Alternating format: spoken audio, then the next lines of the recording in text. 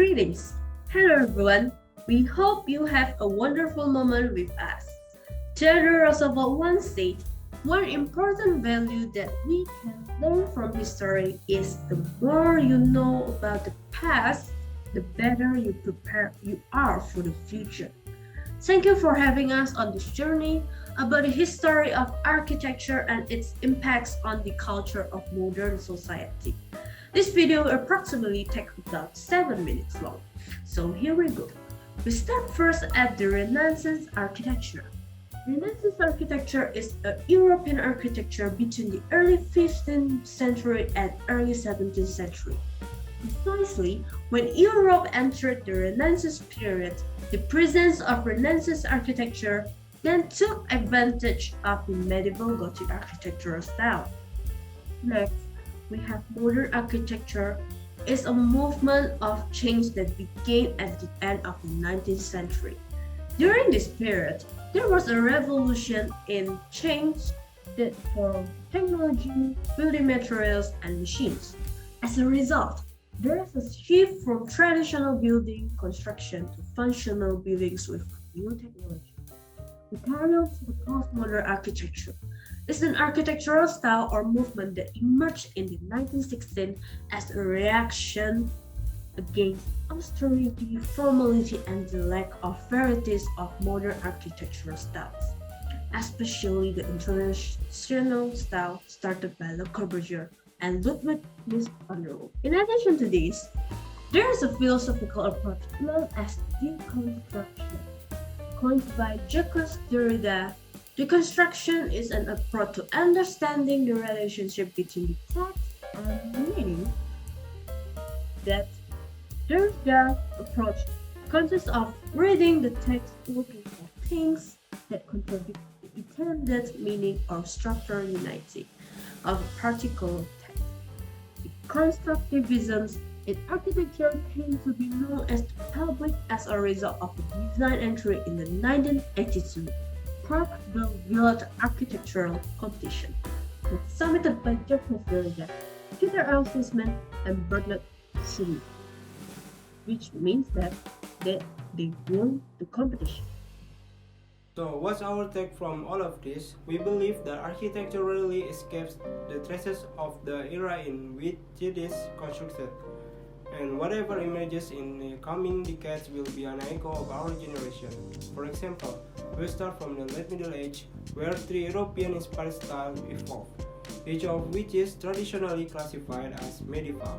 However, in the early 15th century, the Renaissance finally brought fresh perspective on reality to Italy. Another resemblance is that we could learn it during modern and postmodern era of architecture. However, it is important to acknowledge without all of this achievement, there are several flaws that we could learn to improve our knowledge. Therefore, here are various critiques we have from them. In Renaissance architecture, the buildings are orderly, shaping a resemblance to ancient Roman Empire, such as pillars and semicircular arches and tunnels. This, however, limits their cultural innovation only to Vitruvian principles that were coined by Vitruvius. Such principles and key characteristics that were adopted from him was to focus on classical notion of beauty based on proportion and symmetry mixed with a humanist perspective on architecture, creating harmony between humans and mathematical proportion by creating a human-scale classical geometry. The buildings were characterized by square symmetrical building plans. Exteriors typically feature aslarmentary, employing the use of classical elements such as domes, columns, pilasters, lintels, arches, and pediment in an orderly and repetitive fashion, and the use of Roman order of Doric, Ionic, Corinthian, Tuscan, and composite columns. Jumping ahead several decades during modern architecture, despite this was such as the turning point in architecture history, where a huge name like Le Corbusier and Frank Lloyd Wright were on a rise creating the new building standards.